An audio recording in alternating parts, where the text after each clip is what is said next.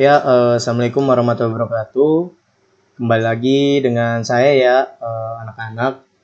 Hari ini kita akan ada sebuah materi yang akan saya bawakan mengenai perkembangan kehidupan politik dan ekonomi bangsa Indonesia pada masa Orde Baru. Ya, sebelum saya lanjut ke pembelajaran yang akan kita bahas hari ini, mari sebelumnya akan saya absen terlebih dahulu untuk pelaporan absensi yang nantinya akan kita lakukan. Walaupun keadaan kita sekarang pada saat ini untuk pembelajaran kita tidak bisa tatap muka, tapi untuk keaktifan dalam pembelajaran itu akan tetap saya jadikan acuan yang paling utama untuk pelajaran yang saya pegang mengenai sejarah Indonesia wajib. Saya akan melakukan absen.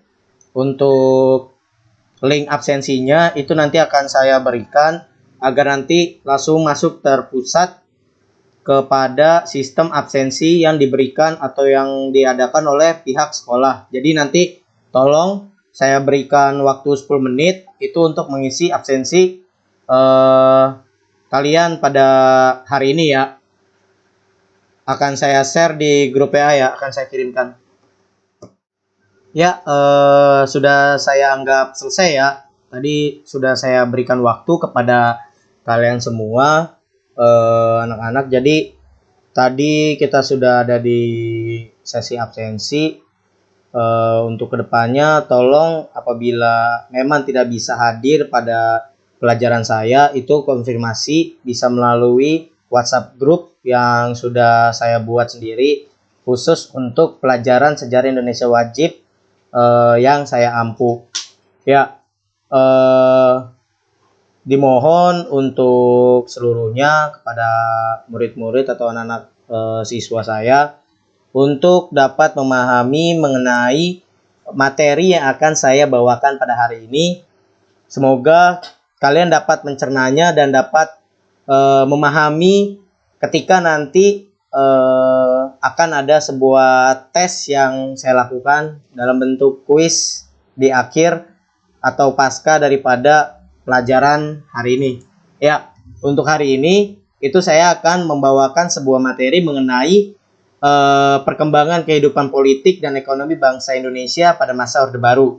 Mungkin dari kalian semua ini sudah banyak yang mengetahui ya mengenai materi yang ingin saya bawakan pada hari ini, karena bagi saya ini sudah tidak awam untuk masyarakat Indonesia, terutama kalian selaku siswa-siswa sekolah itu mengetahui mengenai Orde Baru ini. Pasti udah pada tahu kan mengenai Orde Baru itu apa gitu, mengenai sejarah yang pernah ada atau pernah tercatat di negara kita. Nah, mungkin saya akan membawakan sedikit materi ini karena nanti akan saya sampaikan melalui sebuah video yang nanti akan saya share screen juga ya melalui meeting room ini.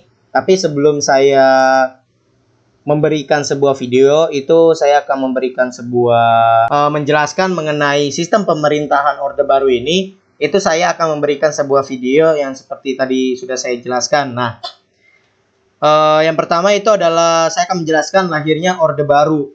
Nah, lahirnya Orde Baru ini adalah istilah umum untuk sebuah sistem politik yang berlaku setelah kekuasaan atau berkuasanya Presiden Soekarno.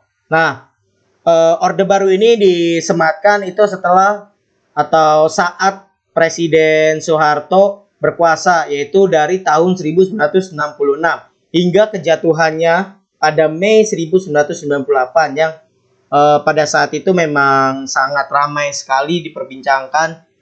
Mungkin sampai saat ini pun banyak sekali mahasiswa ataupun para pelajar itu memperbincangkan, mendiskusikan mengenai pergerakan pada tahun 1998. Nah, Orde Baru juga didefinisikan sebagai tatanan kehidupan negara dan bangsa yang diletakkan kembali pada pelaksanaan kemurnian Pancasila dan Undang-Undang 1945. Orde Baru merupakan koreksi total atas segala penyimpangan dan penyelewengan kehidupan bangsa dan negara dari jalur Pancasila dan Undang-Undang Dasar 1945. Lahirnya Orde Baru ditandai oleh munculnya Tritura, Tri Tuntutan Rakyat, sebagai ide perjuangan yang dirumuskan oleh Angkatan 66 atau KAMI, Kesatuan Aksi Mahasiswa Indonesia. Tritura berisikan 3 tuntutan yang meliputi pembubaran PKI, yang kedua perombakan Kabinet Dwikora, dan yang ketiga adalah penurunan harga apapun itu, harga sembako yang memang pada saat itu mungkin sedang sangat krusial sekali atau krisis sekali pada saat itu. Nah, saya akan memberikan sebuah video yang ini akan menjadi sebuah penguatan kepada anak-anak sebelum atau apa ya, lebih disebutnya video ini itu sebagai pelengkap daripada penjelasan yang sudah saya jelaskan tadi. Jadi mohon disimak video ini, akan saya share screen di meeting room ini. Tahun sudah era reformasi kita nikmati. Reformasi yang merobohkan kekuasaan otoriter, menata segala sendi kehidupan berbangsa dan bernegara yang kita percaya ke arah yang lebih baik.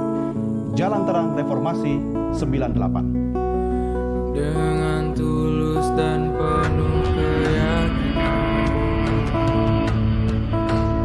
Krisis ekonomi yang begitu parah pada tahun 1997 hingga 1998 tak lantas menumbangkan kekuasaan Soeharto.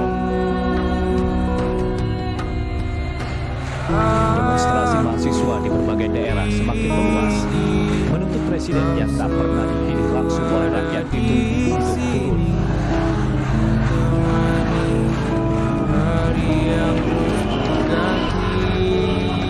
Di tengah situasi ekonomi politik yang merongrong rezim Orde Baru, Soeharto terbang ke Kairo, Mesir pada 9 Mei 1998 untuk menghadiri KTT G15. Ada kegiatan beliau di KBRI ketemu dengan warga Indonesia yang ada di Mesir. Saat itu Jakarta sudah dalam keadaan yang bergolak terbakar. Beliau menyampaikan bahwa ya kalau rakyat sudah tidak bersedia lagi untuk menerima saya selaku presiden, saya tidak keberatan, harus saya meletakkan jabatan. Di hari yang sama pada 13 Mei, kerusuhan melanda Jakarta sehari setelah 4 mahasiswa Trisakti tewas tertembak. Nurholis Majid atau Cak Nur dan MH Ainun Najib. Saat itu Soeharto menyatakan akan merombak kabinet dan membentuk komite reformasi. Rencana membentuk komite reformasi gagal, sebab keesokan harinya 14 menteri yang dipelopori Menko Ekwin Ginanjar Kartasasmita menyatakan tak bersedia lagi duduk di kabinet. Akhirnya pada 21 Mei 16 tahun silam, Soeharto menyatakan berhenti sebagai presiden.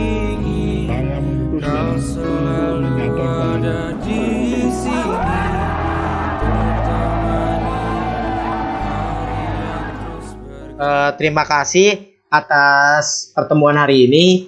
Apabila saya memiliki kekurangan dalam penyampaian materi tersebut, bisa kalian cek atau bisa kalian cari referensi-referensi lain. Saya sarankan untuk kalian mencari di internet, karena di internet itu sangat banyak. Mungkin kalian bisa mencari di YouTube atau Spotify yang ada podcast-podcastnya yang mendiskusikan mengenai sejarah Indonesia ini, terutama sistem pemerintahan Orde Baru yang kita bahas hari ini. Nah, mungkin pertemuan hari ini dapat saya cukupkan. Terima kasih atas pertemuan hari ini. Mohon maaf apabila saya ada salah-salah kata.